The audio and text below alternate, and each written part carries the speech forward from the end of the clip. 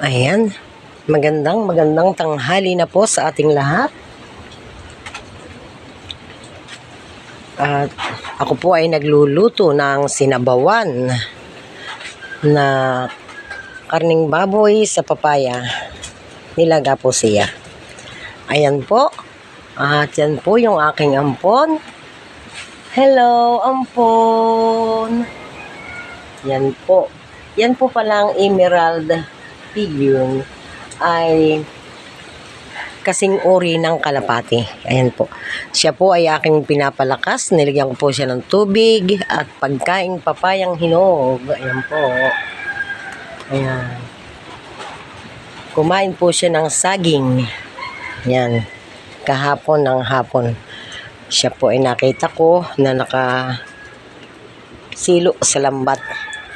At tayo po ay naglalaga ng pang-ulam ni Kamading at ni Erog. Ayan.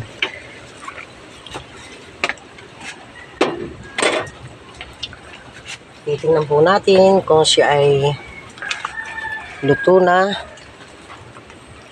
At ayan, kulong-kulo na po siya.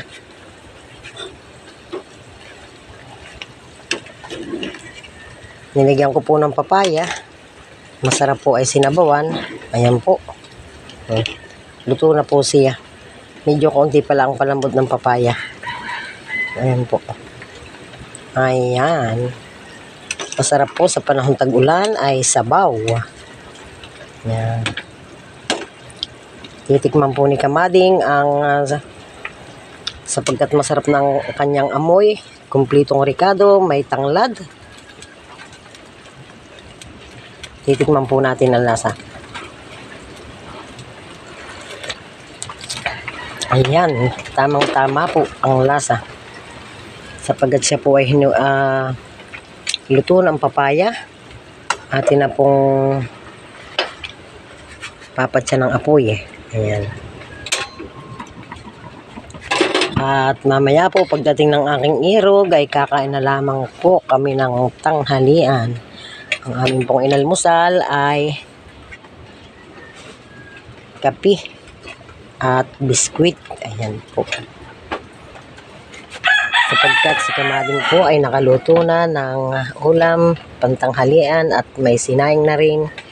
Ako po muna ay patungo dun sa aking winawashing ng mga damit. Ayan po. Ayan.